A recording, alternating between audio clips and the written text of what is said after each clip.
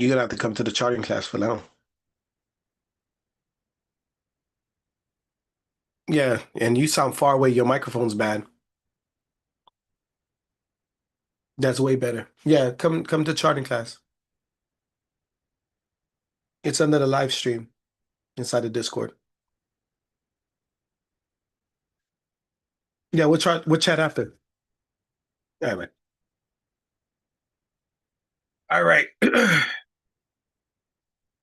Let's talk multiple things. The first thing I want to kind of bring into everybody's attention is that the market is going to do whatever it wants to do. And I don't want anyone to think otherwise, because the moment that you do is the moment that you end up being destroyed by the market. And there's a very particular way that I like to kind of see everything.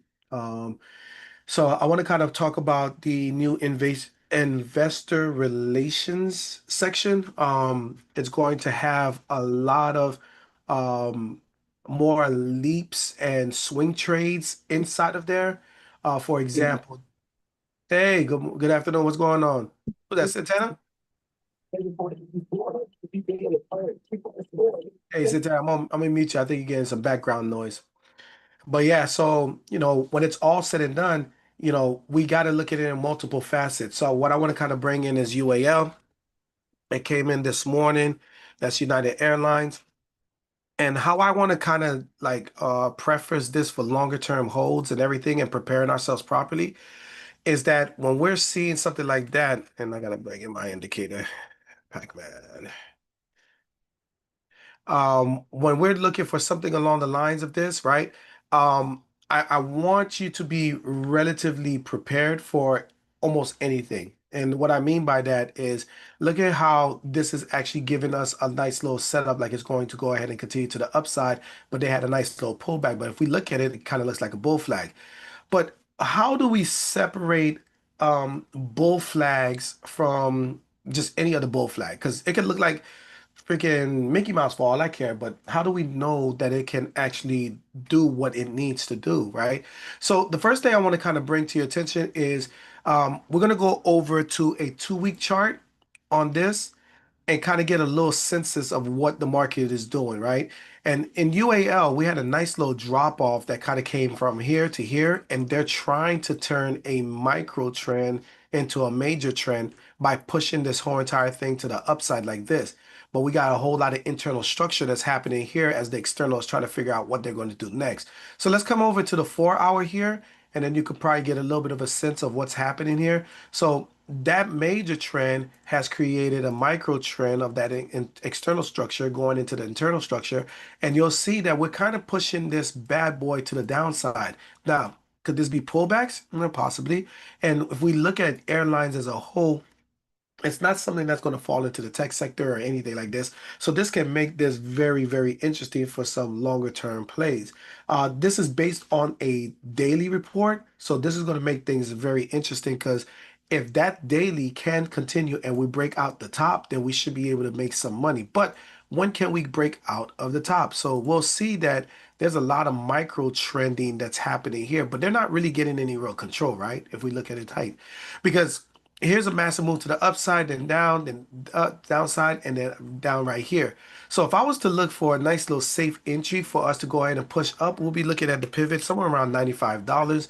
And if we can get a strong close above 95, that should go ahead and give you that cascading domino effect and start to take some of the sell side liquidity for our breakout to the upside. Where's our target? We're going to be looking for that all-time highs roughly around that 116. So I would say put UAL in your radar so that we can kind of see what's going on that end. Make sure you get your contracts that's accordingly. Don't do nothing reckless. I'm not saying for you to get contracts that expire this week because that would kind of defeat the purpose, but we're going to see what we're going to do. Hold on. They said they sent payment. Let me confirm. Sorry, I'm doing work at the same time. If you have any questions, this is probably a good time for you to chime in. Is there any tickers that you're looking at? Let me know and I'll put it up on the screen. And then we'll probably go into some NQ for the next 6 minutes. They said they sent it. And I want to make sure I got, geez. Mm, no, nothing receive. E- All right, so let's go ahead and talk about NQ, right? So NQ, what I was trying to figure out is what are we going to be doing? So I've been doing NQ on the 45 minute quite frequently. And what I find interesting about the 45 minute, it's not too fast, like a 30 minute. It's not too slow, like a 1 hour. It's like Goldilocks, it's just right, right?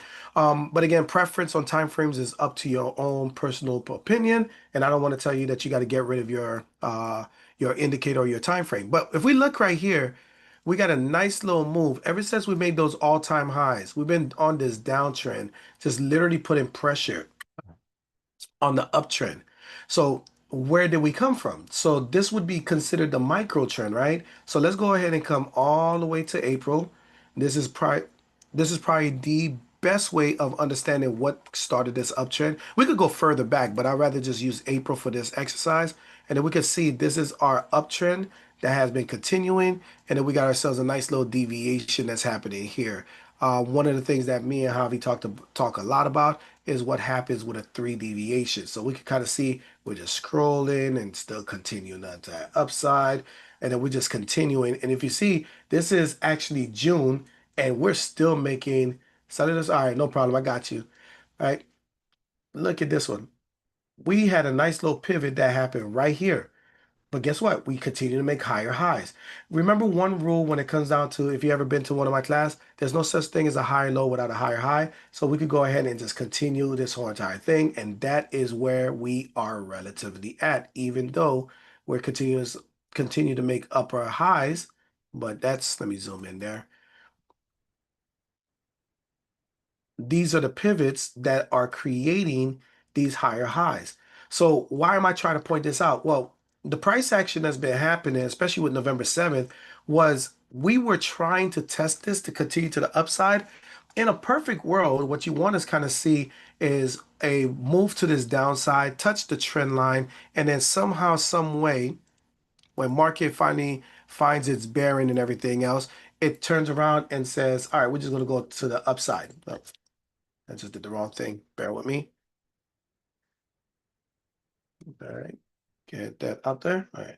Right. So you want to see this kind of do something like going to the upside and then kind of like find its way to continue to the upside. But that's not what we had. What we had on the price action was that they were trying to get up there. They can't, and they're just making lower lows. So what makes this interesting is because we're making some very interesting deviations here because if they were going to hold this trend, this break of structure is really kind of screaming out at the market like, hey, we don't have enough support. And the more we keep making lower lows, the more we're going to go ahead and have a little bit of a problem. Now, today, towards the end, we did kind of push up, but not before we went ahead and did something like this. So now that we kind of have this base here, which is basically 24,626, the question is this the area that's going to give us that bounce? And we're going to continue from this angle. And the moment that we take out these other levels, when we start to take out here, here, and here, make all-time highs, then we can adjust the original trend line and say, hey, there's so much supporters across this line here that this will create that pivot and we just continue onto that upside. The last thing I want to kind of give y'all is also the daily fib. Now, everybody can draw your fibs how you want to. You could do it on legs, you could do whatever case it may be. But what I like to do, and shout out to my wife, she's the one that put me up on it, is putting fibs on candles and just seeing what the day is. So if we put a fib here and we look at this in its totality, we'll see that right here, we just keep on hitting the 50% of that day, right? I don't know what date this is. November 4th, Tuesday. I don't know, Taco Tuesday, right? But it doesn't matter what happened in the day, but the reaction to the market is every time we get to 25,813, it just has some type of response. Now, can you get something very similar if you just did legs like this? To a certain degree, right? Because you want to have your 618, right? So we get a 618 replacement every time. So they can't close above the 618. So what do? They are pushing this all the way back down to the downside. Now, depending on how you're comfortable with, because that's just today's leg, let's look at it and from this totality, from this leg here up to that peak right there. We have trouble closing ever since this move, having trouble closing under the 618 of 25014. So what's the next step? Well, if I'm going to go ahead and play for more highs, right? I already know that I have this micro trend that's putting pressure to all the bulls. So I want to have something that shows me that they can have some structure. These two candles, and I've had this conversation with a lot of people, these two candles is letting you know that the bulls are trying to hold this market where it is. There's a nice little fair value gap, and this is what Confluence is going to do for you. A nice little fair value gap that's sitting right here. And that fair value gap is basically screaming at you like, we are shorting, just like we are shorting over here. But the more they test the fair value gap, it's just like testing an order block. They could easily fly right through it. So tomorrow's information is going to be very key because we got some news, we got some earnings, we got all types of things. And the last thing that's going to be very interesting is how does the market dissect this information as it gets close to the 50% or get through it or get to the pivot, because that pivot area will be tough before they can even get to that fair value gap. So now you can kind of plot out, all right, what type of option contract can I go after, right? So I'm going to take this same information, go over to QQQ, doing that same daily micro downtrend right here, right? And then we got ourselves a nice little move here for the leg. Let's go ahead and put the leg. Boom, boom, right? So now I want to see this get above 612 before I take anything bullish. Now, where would I target? It depends on the deviation. If you want to do a second deviation, I'll probably look like something like this. Maybe we target something like 625, psychological level. And these are the things that you can go ahead and target for your option contracts. So that said, I don't want to take up too much of your time.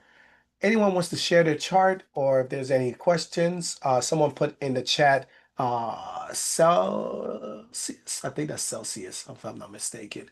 Where's my chat? Yeah, I think that's Celsius. CELH. Yep, Celsius. Celsius is one that is very annoying.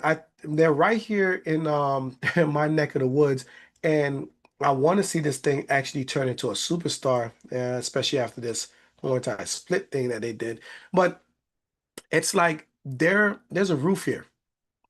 I don't know what's been going on. I tried trading it numerous times, and I had lots of annoyance here, especially when they kind of did this pullback into here because I thought it was going to retest the highs. I had something that looked very similar to like this, right? Um, but if you look at it, at the end of the day, we're talking about multiple deviations to the downside from here to here to here to here to here to here, and that's why we kind of have this low right here. They're trying to break this out, but they can't even fill the fair value gap on the monthly. And I've been really annoyed by that because this is one that I want to just have in my portfolio. And I think they're just going to do well. I think their drinks are relatively good. It's from my understanding, it's healthier than Red Bull. I don't drink a lot of it because it's still an energy drink, but this is a relatively sound company. So what do we do with this information? Well, you cannot turn around and lose money for your shareholders. That's just bad, right? So people going to run away from that. So always keep an eye on the fundamentals. But if we look at this here, it is growing its revenue. So they are still in those growing pains that you want to see from a company, and especially the way is it Pepsi or Coca-Cola? One of them, they support them, right? And you want this thing to actually take this to the able to was charting golden. Okay, yeah, that's fine. That's perfectly fine. We can make that happen. But I want to see this external internal structure to hold. So ignore everything that you see here, and we're just gonna focus on this right here. Wait a minute. Are you really gonna break down this uptrend? That's a bad sign, which is telling me that when they had these multiple deviations as we was pulling up right here, and then when they had kind of had these highs right here as they spike through, trying to take out that fair value gap. And they must have heard something along the lines of that they're going to miss earnings. Again, return money to shareholders, you're their best friend. Move, move, move. But when you turn around and do one of these things, maybe it was a lawsuit, whatever the case may be, you got to listen to the calls on why they're a negative EPS. It's that's when you have yourself a little bit of a problem. Their guidance is actually lower revenue. That's not a good sign either. So I would say for the most part, wait for it to kind of come back to its base. Let's come to a daily. Let's see if there's anything here. Yeah, let it come back to its base. I think $35 is a good price for it. And then it won't break its pivot points. We already broke this one here, so we could go ahead and toss this to the wayside. If you can hold this 40, that's psychological level for upside, and then fill the gap. But I do think overall they have a good product and they're a good company. All right, what else we got? Was charting gold on a weekly in BC, but somehow I'm unable to connect to on my phone. Oh, I thought you wanted to share your chart. You are you saying you can't load your I chart? was going to share, but I can't connect through my computer for some reason. Ah, I think your computer is mad that you kept on saying I missed my entry all those years. Yeah, yeah, yeah. Uh-huh. Now it won't allow me to have my entry, huh? Okay. Exactly. All right, so let's go ahead and take a GC. Let's see what we got over there. Now, GC. And I was just telling my wife this earlier because I kind of did the same thing with the 45 minute like I did NQ. If we really look at this price action right here, this price action already told you that they are tired, right? And if we got ourselves a higher point here, then we got ourselves a little bit of an issue to this downside right there and then boom, and they need to break that. We haven't made any lower lows. Okay, so cool. Since we haven't made any lower lows, what does that mean? That means whatever micro trend here is actually holding us up, which is this one. And wait, whoa, whoa, why this thing looks like a head and shoulder coming back over here to test this area. And that's the part that kind of confuses me with gold. Now, we did do a bounce towards the end of the day, but I'll tell you this right now, this whole entire 4,000 level is that point of interest. This thing better hold it, or we might be coming down something like what happened with Bitcoin. Let me go ahead and mark this down. 4,000. There we go. And you can kind of see here's your order. And this thing looks really, really, really bad, right? It just not a healthy trend. Like when we did this, look how healthy this. Boom, like a stair step the whole entire time. This tried, didn't go nowhere, didn't go nowhere, didn't go nowhere. All right, finally going somewhere. And then when they got somewhere around this order block, not even, they barely even touched it, it rejected and put in this very ugly lopsided head and shoulder. So I would say for the most part, the measured move for that head and shoulder is probably what you want to kind of key off on. That could be your target. Let's see what that would be. Something like this. Let's do halfway as if it's like a slanted head and shoulder. And then your breakout would be slanted too. So when I mean slanted, it kind of, let me do this. Do it the right way, Jeff. Stop being lazy. It looks like we did something like this here, kind of came here, head came into the angle, very shallow, and then now trying to break that down. That's what that kind of looks like, right? And you know what I'm saying? Like it's just in a very weird spot, and it could really affect its next couple of moves in the next couple of days. Where does it have to break? I would say that 4,000. Well, since we made the bounce, I would say that 417 probably going to be the one that really gives you that push to the downside. So just keep that in mind. But if that happens, the measure move brings us to 38.50. But you already know, I like to just only take 50% of the move. I'm not greedy. I'm just the type of person. I just want to make sure I get my money and just get out the way. So you're talking about 39.16, somewhere around there. All right. And Charmin, you said you got something for me. What you got for me, Charmin? Yeah, Jeff, I'm at work, so I'm on my phone, so I can't be like doing the most at work. So Okay. I wanted you to do something for me. So go to the 15 minute on the cues. QQQ or NQ? Oh, shoot, the cues. My bad. Go to the cues. Okay. Yeah. So you're on a 15 minute. And Yeah. then you don't have my fibs, but your fibs, I mean, it'll probably work. So you Okay. see the 4 a.m. candle, right? The wick, the 4 a.m. candle. 4 a.m. on today. Yes, today, 4 a.m. candle. You're going to fib backwards. 4 a.m. candle, the 4 a.m. candle this Oh, morning. 4 a.m. this morning on You the should see a wick at the 15 top. minute. Yeah. You should see it right at the Am I top. am I going crazy? The Why? 17th? Oh, Today's the there we go. 17th. There we go. I'm Yes, like, yes, the I got. 17th. No, I'm So, having a blonde moment. Don't mind me. okay, the top of the wick, the top, go to the top of the candle, the Oh, wick. 4 a.m. I don't have extended. Oh, you don't? Yeah, I don't trade with extended. All right, so there we go. I was like, wait, why am I going crazy? All right, so Okay. you say to the No, downside, right? no, you're going to fib it to the left. So take the 4 a.m. candle, fib it to the left. You're going all the way to Starting from the top or starting from the bottom? start from the top of the candle, fib it left, going down, and just you could take it to the. You're going to take it to Friday's candle. That Friday is three. 9:30 morning. Nope, 3:45, 4 p.m. candle. Take it to the bottom of that wick. Either of those candles will work. 3:45 p.m. Okay. No, no, no. 3:45 or 4 p.m. The bottom, the wick. That swing, that higher low that it created down there. You see it? 4 p.m. Yes, from Friday the 14th. Yeah, that's right here. Yeah, Yeah.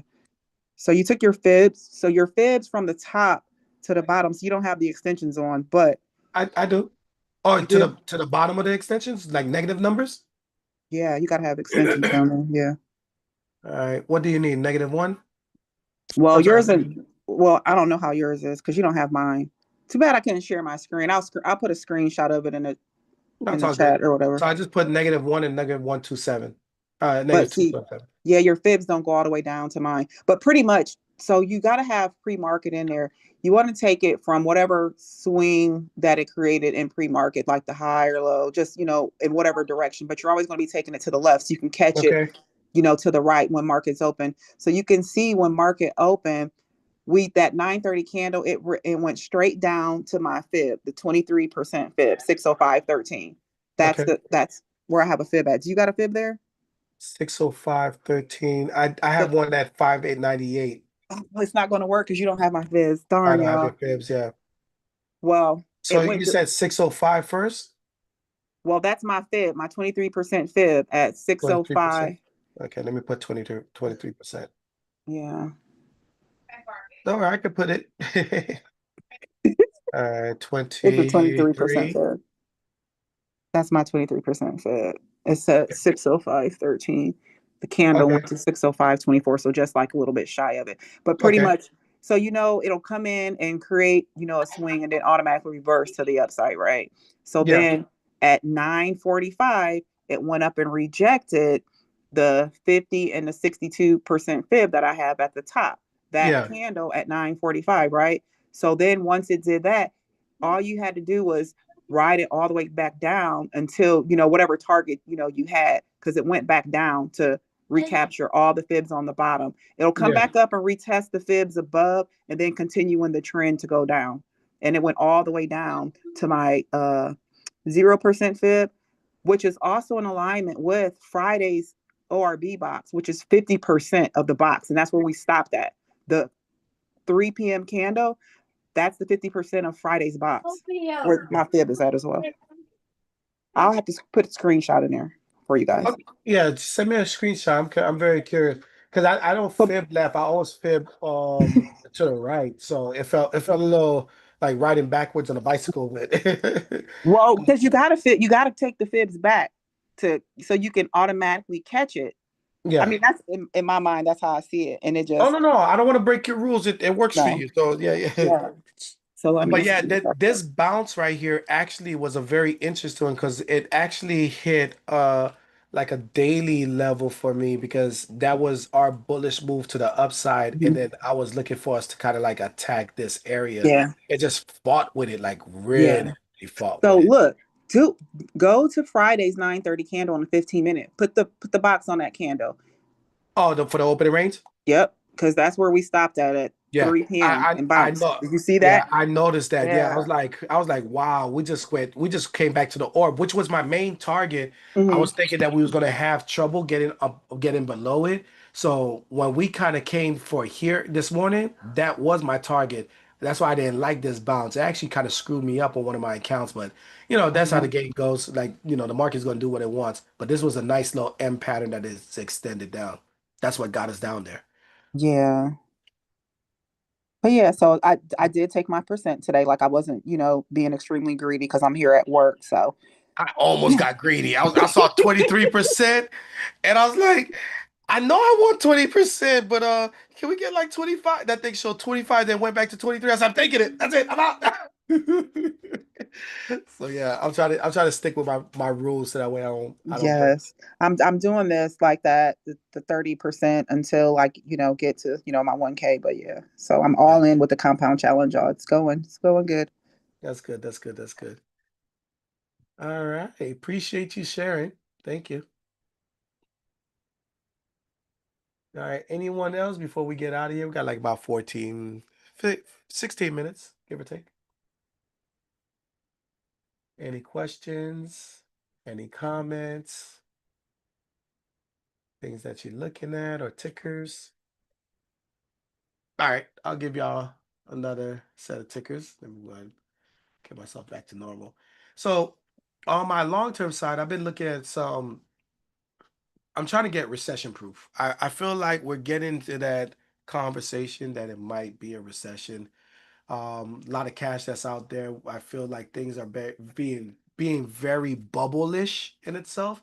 So I'm very curious on what this market is going to do, especially with these type of tickets. So I feel like there's a couple of things that's overvalued, but they're not breaking down, and I have some things that's overvalued and it's already starting to break down. So let's go ahead and look at like Amazon, for example, and we could kind of see like, well, let me go to a monthly.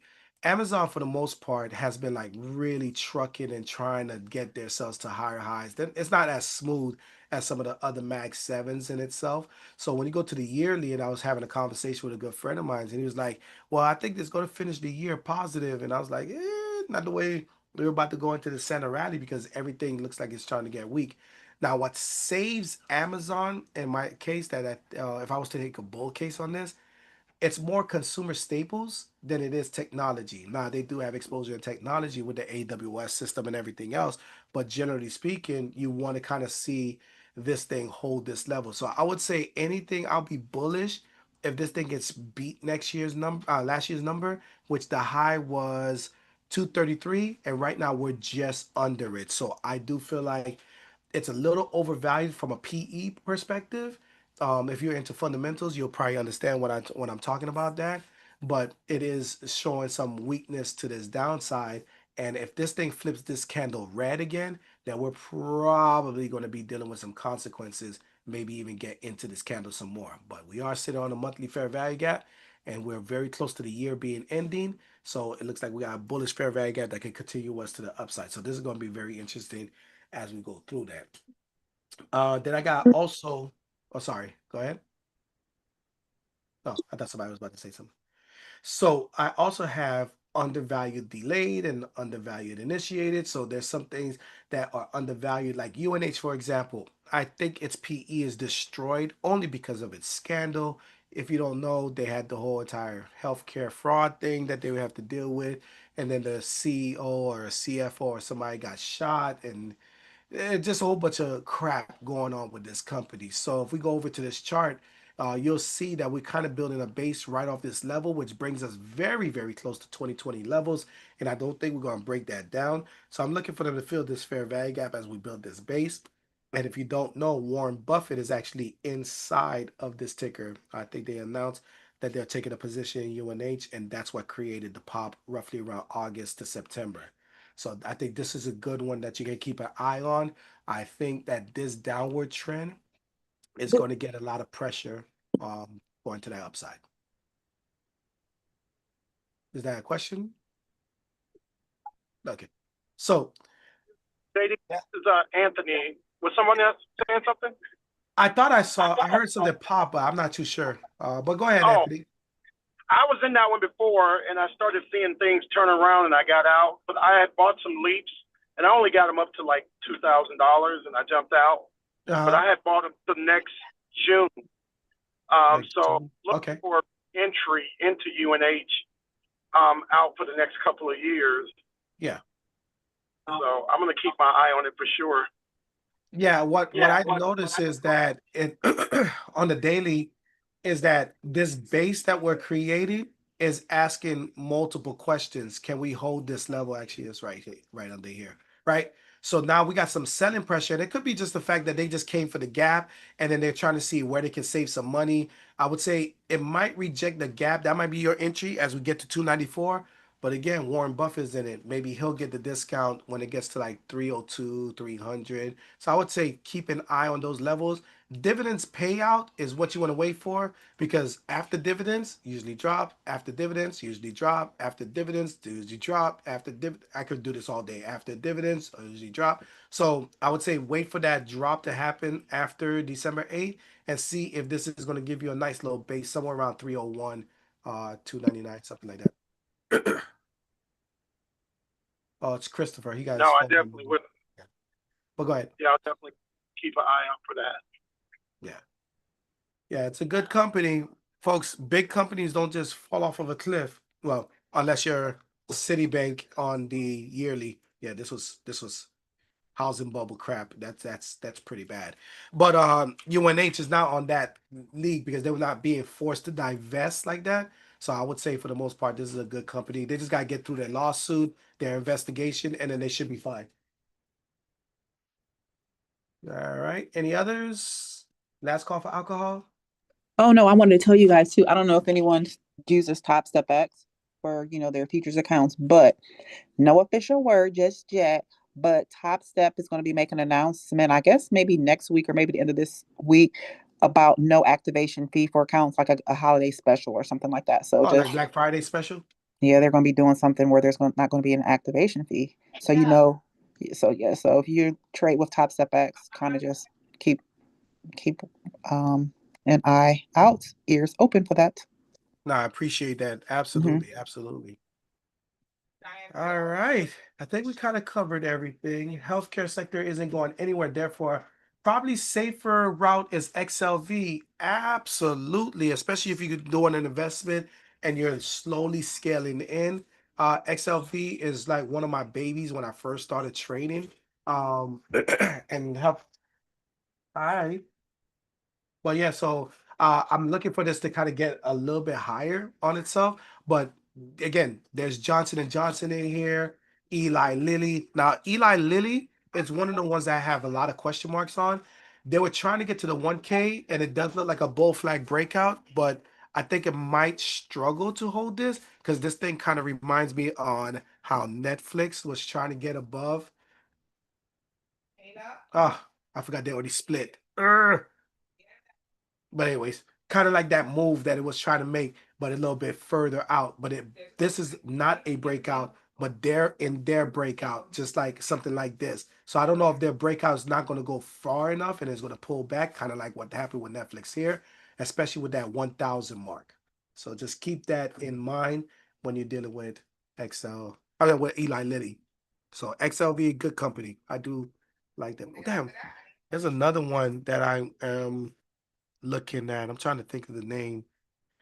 It was Eli Lilly, Johnson and Johnson, and something else. I already covered UNH. I don't think it was that one. I don't think it's Abbott or AbbVie. Maybe it's AbbVie.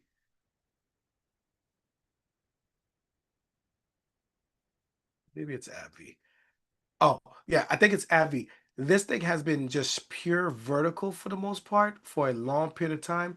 And I feel like last month was a warning shot. So just keep an eye on AbbVie. They do a lot of pharmaceutical stuff, more so than the Johnson and Johnson, where they do like other products and everything else. So just keep this one in your radar in case they pull this one back. It's not going to be like Eli Lilly because Eli Lilly got a couple things in their pipeline that made this move kind of happen, but I would love to see the number after their results because some of those things are starting to come out right now. But overall, this is mostly Ozempic and those diet pills. That's how we got here in the first place. So just keep this on your radar. All XLV. All right. Any others? Last call for alcohol. All right. If you ain't got nothing for me, I ain't got nothing else for y'all. I'm gonna go ahead and let y'all go as I hijack a great saying from a good mentor of mine. And we'll see you tomorrow, 4:15. Have a great day.